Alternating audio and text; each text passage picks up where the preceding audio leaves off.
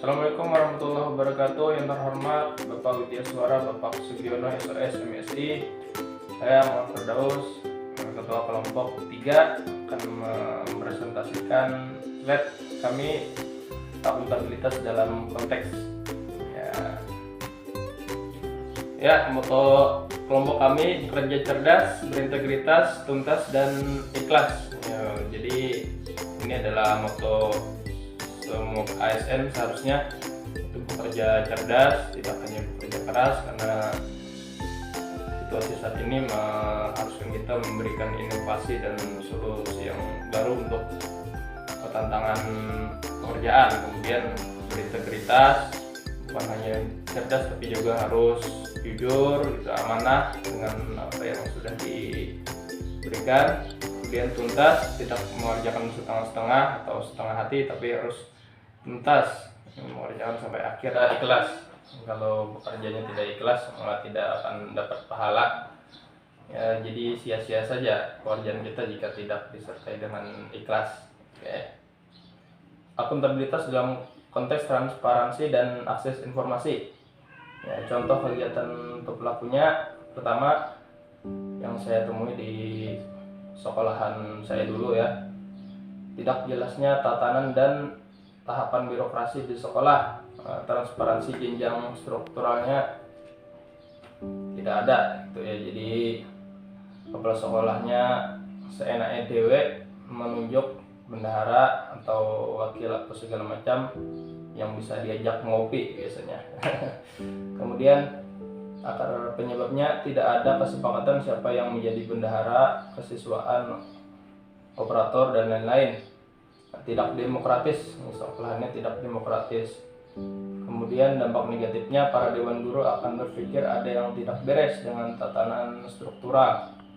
Solusi permasalahannya, kepala sekolah harus adil dan tegas, serta memberikan alasan dalam musyawarah ketika menunjuk guru sebagai petugas struktural, dan memberikan tahapan jenjang kepada guru yang lain agar juga mendapatkan kesempatan menjadi petugas.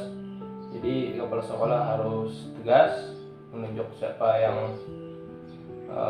menjadi guru struktural, dan juga harus memberikan kesempatan yang lain. Jadi yang lainnya juga diberitahu jenjang-jenjangnya, tahun-tahunnya kapan akan menggantikan guru lain. Kemudian terus kedua, pihak sekolah tidak transparan dalam pelaporan penggunaan dana BOS.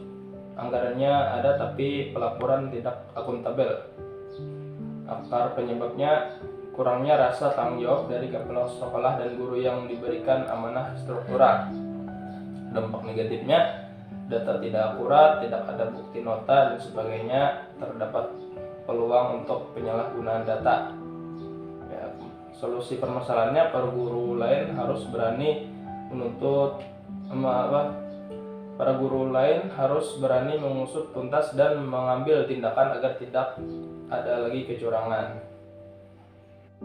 Akuntabilitas dalam konteks praktik kecurangan dan perilaku korup. Contoh kegiatan atau perilaku yang pertama, melakukan pelayanan yang tidak seimbang atau diskriminatif. Akar penyebabnya, adanya pembedaan dan pelayanan yang didasari oleh siapa yang punya kuasa yang lebih besar. Dampak negatifnya, masyarakat kurang merasakan pelayanan yang diinginkan. Solusi permasalahannya, perlu adanya pembelajaran atau pelatihan mengenai buruk dampak dari diskriminatif untuk kenyamanan dan kebaikan kinerja jangka panjang. Contoh kegiatan atau perilaku yang kedua, yaitu praktik pungli atau pungutan liar. Akar penyebabnya, tidak adanya pengawasan dan terjadinya berulang-ulang. Dampak negatif, kerugian dari korban pungli dan hilangnya rasa aman dan kepercayaan dari masyarakat.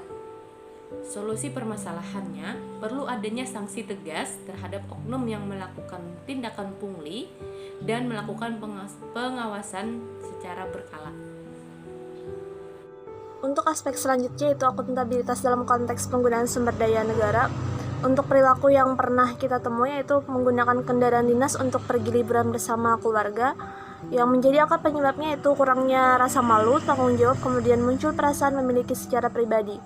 Selanjutnya, perilaku tersebut menimbulkan dampak negatif, yaitu kendaraan dinas tersebut tidak digunakan sebagaimana mestinya, dan apabila ada kerusakan tetap menjadi beban pemerintah, padahal tidak digunakan untuk kepentingan dinas. Dan terakhir, solusi yang dapat digunakan untuk pemecahan masalah tersebut yaitu teguran dari atasan, dan apabila masih melanggar maka dapat diberi sanksi. Kemudian yang kedua, masih menggunakan rumah dinas padahal sudah pensiun sebagai ASN. Untuk akar penyebabnya yaitu kurangnya rasa tanggung jawab untuk mengembalikan dan munculnya perasaan memiliki secara pribadi. Dampak negatif yang muncul tidak dapat digunakan oleh ASN yang lain. Untuk solusinya kita bisa memberi teguran dan pengertian. Aspek akuntabilitas dalam konteks penyimpanan dan penggunaan data dan informasi pemerintah. Untuk perilaku yang pertama yaitu oknum guru yang membocorkan jawaban soal ujian. Akar masalahnya itu terlalu berfokus pada keharusan siswa untuk lulus sampai menghalalkan segala cara, kemudian sistem pendidikan yang tidak beres. Perilaku ini menimbulkan dampak negatif. Yang pertama yaitu membuat integritas sebagai pendidik dipertanyakan, kemudian mencoreng nama baik sekolah, dan malasnya siswa belajar. Untuk solusi dari permasalahan ini yaitu harus ada tindakan tegas dari dinas pendidikan ataupun dari kepala instansi yang bersangkutan agar hal seperti ini tidak terjadi lagi. Saya akan melanjutkan presentasi dari teman saya tentang akuntabilitas dalam konteks penyimpanan dan penggunaan data dan informasi pemerintah. Contoh perilaku yang kedua yaitu kurang jelasnya informasi beasiswa pemerintah dari sekolah ke orang tua siswa. Akar penyebabnya kurangnya kepedulian dan ketelatenan pihak sekolah dalam menangani beasiswa. Dampak negatif, banyak orang tua yang tidak mengerti prosedur atau syarat dan ketentuan dalam menerima beasiswa.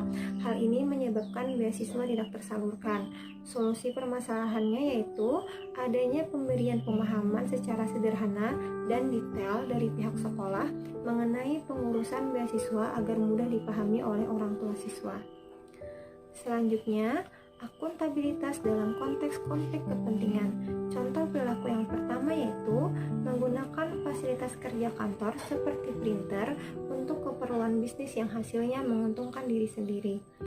Dan akar penyebabnya yaitu keinginan untuk menguntungkan diri sendiri dengan modal yang sedikit. Dampak negatifnya, kerugian dialami oleh pihak sekolah karena fasilitas kantor tidak digunakan dengan semestinya. Solusi permasalahannya, membuat data inventaris, melakukan pengecekan berkala, dan membuat peraturan tentang pemakaian fasilitas kantor. Contoh perilaku yang kedua yaitu mempekerjakan seseorang atas dasar kekeluargaan.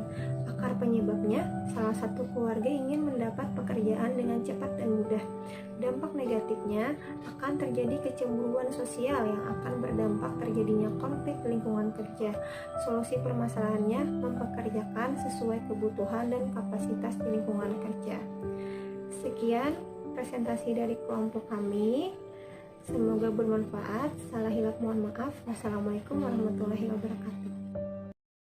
Demikian presentasi dari kelompok kami. Saya mewakili teman-teman dan kelompok memohon maaf kalau ada kesalahan dan kehilapan. Saya akhiri wabillahi taufik wal hidayah. Wassalamualaikum warahmatullahi wabarakatuh.